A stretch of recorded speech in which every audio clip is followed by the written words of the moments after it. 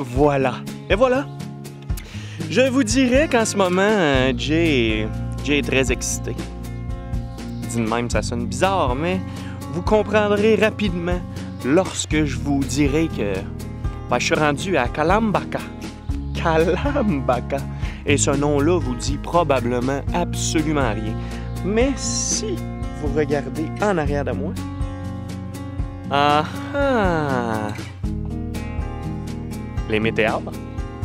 Kalambaka, c'est la petite ville juste en bas des météores. C'est le camp de base, le point de départ pour aller monter ça.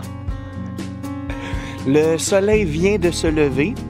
Il est encore en arrière de ces pitons rocheux-là qu'on s'en va explorer. Là, je suis tout à côté de l'église byzantine. Et ben, let's go! On n'a pas de temps à perdre. Ben, en fait, oui, on a du temps à perdre parce qu'il est trop tôt et les temples, les météores ouvrent juste à 9 h. Mais je vais être certain d'être le premier. Il faut que je passe derrière tout ça pour me rendre. On le fera pas en autobus, on va le faire tout à pied, comme des grands. Et en tout cas, jusqu'à date, je ne suis pas déçu.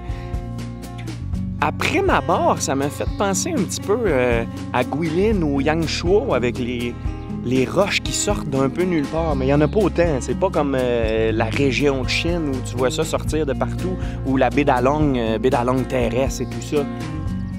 Ah. Mais c'est... Il n'y a pas de mais dans le fond. Il y a juste ça.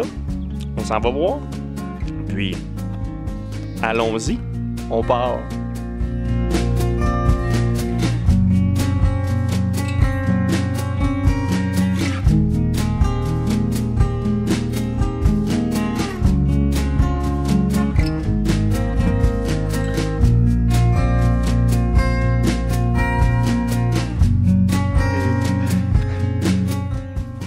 C'est-tu beau ou c'est pas beau? Je me suis trouvé un bel emplacement, bien installé sur mon sentier, entouré par ces formations rocheuses, ma foi, quelque peu impressionnante, je dirais. Surtout celle-là, hein, quand même pas pire. Ça m'étonne qu'ils donnent pas de nom à ces roches-là. Ou peut-être que c'est juste moi qui n'est pas au courant encore. Parce qu'habituellement, il me semble, quand on voyage puis il y a des roches de même, tu vas l'appeler... je sais pas, regarde, t'es capable de t'imaginer un éléphant avec la trompe noire puis tout ça. En fait, t'es capable de t'imaginer pas mal n'importe quoi. So, habituellement, t'as la Elephant Rock. Il y a celle-là ici qui ressemble à... je sais pas... un genre de lionceau qui est un peu couché par en avant, un peu piteux avec son œil, sa petite patte. Après ça, qu'est-ce qu'on a? Ouais, il faut que j'aille quand même de l'imagination, là. Ça, ouais, une girafe. J'ai ploté. Juste là, une grosse jambe de girafe. Puis il n'y a pas de tête. Et un petit dernier, peut-être? L'éléphant, il est toujours facile, par exemple. Ça, on le voit un peu partout. Mais... Ah ouais. Ouais. Je sais pas c'est quoi le nom. Mais attends, regardez-moi ça. On a la tête en avant, qui dépasse. Les deux pattes. Un genre de dinosaure spécial. En tout cas... j'ai du temps à passer, donc vous voyez comment j'essaie de le passer. Puis... regardez la ville en arrière. Il y a même des montagnes avec de la neige au sommet. Encore, à ce temps-ci de l'année. Je vous rappelle qu'on est le... On est quoi? On est le 22 mai. Alors, je continue ma route. C'est en arrière là. Ouh, c'est là qu'on s'en va. C'est tout pour l'instant. Bye-bye. My God! On y est, c'est fou. C'est fou, je capote. Je capote vraiment parce que ça fait tellement longtemps que j'en entends parler. Les météores. Ouais, les météores. As-tu déjà fait les météores? Les monastères sur les pitons rocheux, c'est débile. Ben non. J'avais jamais visité les météores et là, j'y suis. Et pour être honnête, je suis vraiment pas déçu. Tu sais, des fois, t'as tellement entendu parler d'un site touristique que tu t'es imaginé des affaires complètement folles et tu t'es toi-même mis la barre très haute en rêvant à tout ça. Alors, quand t'arrives sur place, tu peux être facilement déçu. Ben, pas là. Non, pas là. C'est pas le cas parce que c'est juste grandiose. Puis en même temps, j'ai encore rien vu. La journée ne fait que commencer. Aujourd'hui, on va marcher pas mal, mais on va marcher dans un environnement juste sublime, de monastère en monastère, tout en admirant sans arrêt ce qui nous entoure. Alors, ben let's go, on y va. Hey, juste un petit conseil, mes amis. Si vous essayez de faire comme moi et de marcher tout ça, je vous suggère de vous lever très tôt parce que la journée va être longue et en même temps, essayez de ne pas vous coucher trop tard. Il va falloir être en forme et en même temps, si vous voulez pleinement apprécier, il faut avoir beaucoup d'énergie et surtout avoir le sourire aux lèvres parce que ça va définitivement être une des plus belles journées de toute votre vie. Ah. C'est ici qu'on va commencer notre journée. Notre première visite, en fait, parce que la journée est commencée depuis déjà un bon petit bout. Et juste là, derrière moi, c'est le monastère de Agios Stéphanos, qui aurait été construit au 15e siècle. Je vous expliquerai un peu plus en détail l'histoire de cet emplacement-là en particulier. Mais sinon, quoi d'autre à part dire qu'il est très bien installé sur son bout de roche escarpé. Il est peut-être moins bien défendu, peut-être plus facilement accessible. C'est juste un petit pont qui permet de traverser là, entre les deux roches pour y entrer. Mais quand même, on a une superbe vue sur toute la ville autour. Là, je suis une trentaine de minutes trop tôt, donc je vais attendre un petit peu. Puis aussitôt que ça ouvre, je vous montre ça, il paraît qu'il y a des très belles fresques qui ont été refaites et qu'on peut admirer à l'intérieur.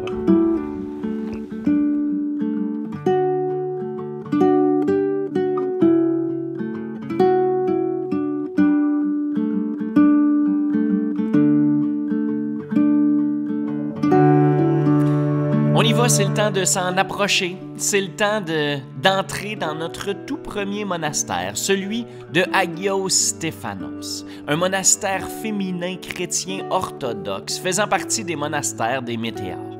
Il aurait été fondé par un ermite nommé Jérémias vers 1191. Il possède 2 églises, dont une où l'on retrouve des peintures tout simplement magnifiques, avec des détails finement sculptés comme de la vraie dentelle. Avec l'odeur et l'ambiance, c'est vraiment spécial. Le monastère fut en partie détruit pendant la Deuxième Guerre mondiale, mais comme vous pouvez voir, il a été reconstruit, et ce, à notre grand plaisir. Sinon, le terme des météores, il faut savoir que ça représente en fait des formations géologiques qui abritent des monastères chrétiens orthodoxes perchés au sommet de ces falaises, au sommet de ces pitons rocheux grisâtres, et qui ont été sculptés par l'érosion. Bon, d'après la mythologie locale, les roches auraient été envoyées du ciel sur la terre par la Providence. Ouais, par la Providence pour permettre aux sages de se retirer pour prier.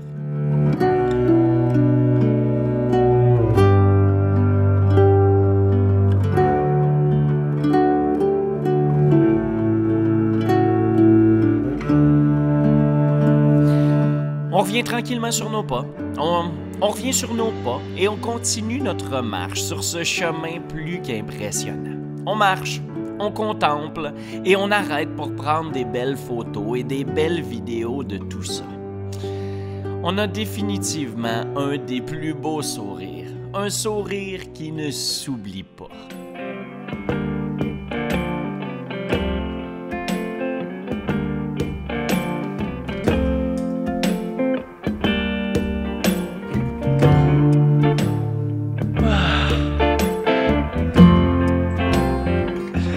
Ouais, ben j'en profite pendant qu'il n'y a pas 2000 personnes sur le bout de ce rocher-là. C'est le spot et des spots pour prendre des belles photos. Il y en a un puis un autre. Il y a bien des belvédères, mais il y a tellement d'autobus, il y a tellement de monde que ça fait que... Ouais, il y a des gens partout. Mais je capote. Checkez-moi ça, on voit au loin le grand météore. Les autres qui sont là. Il en reste 6. Aujourd'hui, il en reste 6 sur les 24 qu'il y avait dans le temps. Et sont très beaux, sont très bien rénovés, sont très bien entretenus. On respire la liberté, c'est de toute beauté.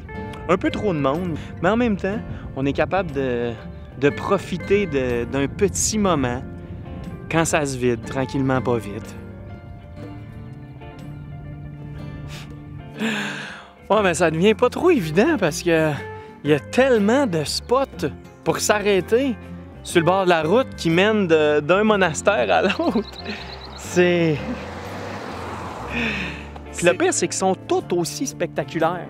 Il doit se brasser de l'argent ici parce que tous les monastères appartiennent à l'Église orthodoxe. C'est eux qui les entretiennent, c'est eux qui font payer des frais d'entrée, c'est eux qui s'occupent des bijoux, des produits dérivés, des petits souvenirs. Mais en même temps, ils les entretiennent très bien. Ils ont refait plusieurs fresques. C'est cool. On retourne dans un passé religieux, quoique certains d'entre eux sont toujours habités par des moines. Mais imaginez ça dans le temps. Hein? Dans le temps, il n'y avait pas de route. Et certains des monticules, des buttes, ben, ils montaient ça avec des cordes. Ouais, je sais pas comment ils ont monté les matériaux, puis la nourriture, bâtir ça sur le top. En même temps, lors des invasions, disons que ils étaient très bien protégés de ceux qui voulaient leur faire du mal. Tu sais, qui va monter en haut de là pour attaquer 3-4 moines? Bon, ben là, on se dirige vers les deux plus gros que vous voyez en arrière de moi. C'est les deux principaux. C'est les deux principaux, les plus populaires. Je vois qu'il y a plusieurs autobus de touristes qui sont là. Mais en même temps, le plus beau, c'est de l'extérieur et non pas de l'intérieur. Donc, même s'il y a du monde dans les monastères, c'est pas grave parce que... Regardez, là! Il y a moi... Il y a moi. Ha! Puis il y a moi. À part quelques autos qui passent de temps en temps. So, cheers! Je continue ma route, puis je sens plus mon bras à force de tenir la caméra comme ça. Je suis rendu à 2 bras. Donc, on va faire des beaux time-lapse et on continue! Ouais, ben j'ai trouvé mon spot pour écouter de la musique, pour lire, pour écrire et pour relaxer un peu. Checkez-moi ça, c'est le monastère de Varlam, qui est à date le plus spectaculaire de l'extérieur. Il y a le grand monastère, direct là. On va finir par celui-là, donc c'est comme un crescendo de beauté, d'extasement. D'extase? Aïe aïe! Hey, avec les marches qui contournent les parois rocheuses, le monastère est haut de 378 mètres. C'est assez profond. On voit les anciennes cordes. Les anciennes cordes que les moines utilisaient pour faire monter leur stock. Ça, ben, le repos est fait. Un autre 10 minutes, puis on s'en va là.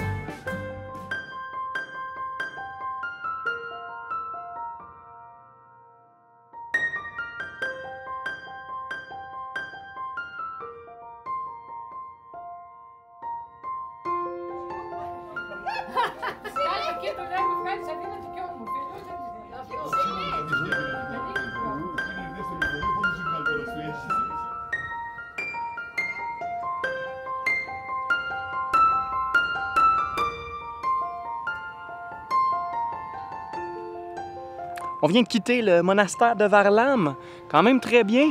L'église principale avec les fresques qu'on peut pas filmer ou photographier malheureusement, mais de toute beauté, assez intense, beaucoup de détails. Et là, on s'en va de l'autre côté, juste ici, vers le plus grand, le plus gros, le plus populaire, le plus connu, le monastère du Grand Météore. Et pour la petite histoire, mes amis, pour ceux qui pensent que ça porte le nom de météore, parce que ce serait des météores tombés du ciel, vous allez être déçus, parce que c'est pas ça pantoute. Et météore, en fait, météora, ça vient du mot suspendu dans le ciel. Et là, on comprend. Et là, avec ça, on comprend un petit peu mieux parce que, au final, ça porte très bien son nom. Et concernant la création de ces formations spéciales-là, les géologues s'entendent pour dire qu'il faut retourner il y a 60 millions d'années, presque au temps de l'extinction des dinosaures. Et quand on voit des formations de genre, là, il faut souvent se dire qu'il y avait de l'eau. Donc ici, il y aurait eu ben de l'eau. Et lorsqu'il y a eu une ouverture, l'eau s'est vidée et le temps a fait le reste. On parle d'érosion avec l'eau, le vent, le temps et les formations, les roches les plus dures, les plus compactes sont restées en place et les autres se sont transformées en sédiments puis se sont faites emporter par le courant. Et c'est tout. C'est juste ça. Puis un jour, il y a un gars qui s'est dit « Pourquoi pas aller s'installer sur un pic rocheux?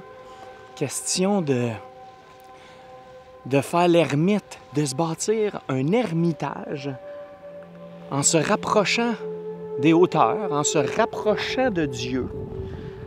Ensuite, d'appeler ses amis, de devenir une gang, de construire quelque chose d'encore plus spectaculaire, de se donner du trouble, de monter des matériaux, mais tout en se disant que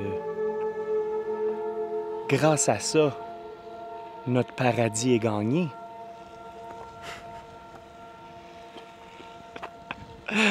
Notre paradis est gagné. Et de venir les visiter, ça fait que votre paradis est aussi gagné. Donc, ma vie est faite. C'est réglé. Ciao, bye! Je continue parce que là, il fait chaud, je sue, puis quand je commence à dire n'importe quoi comme ça, puis à divaguer, il est temps de poursuivre!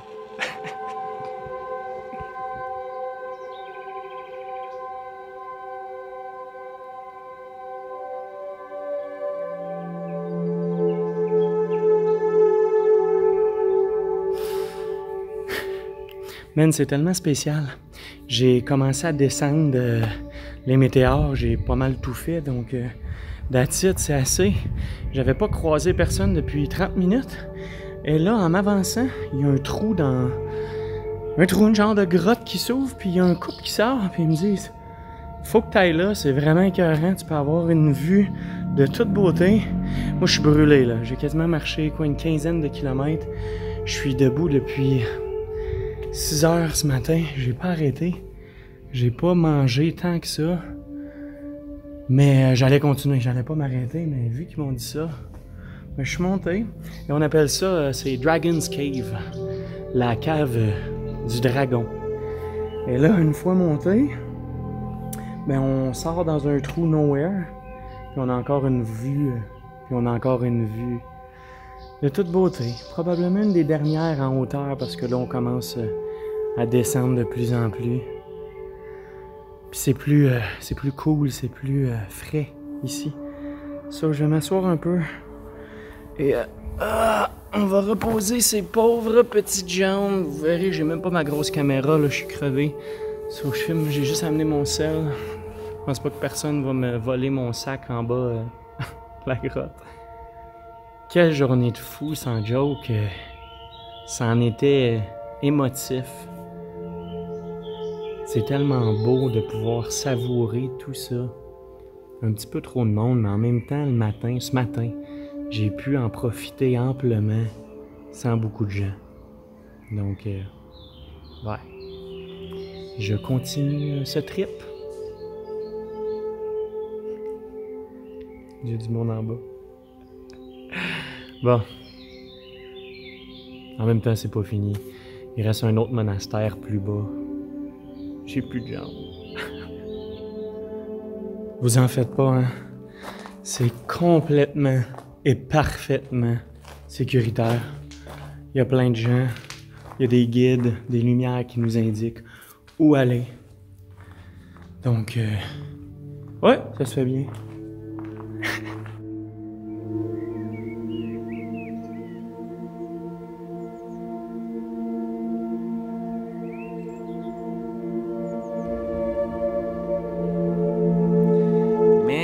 Quelle belle journée, quelle journée mémorable.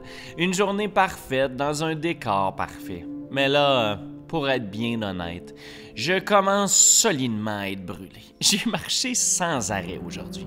Et il a quand même fait chaud, alors j'ai besoin d'une petite pause. On s'installe sur une belle terrasse pour déguster une bonne salade grecque et on repart. C'est pas encore terminé pour aujourd'hui. On continue notre marche.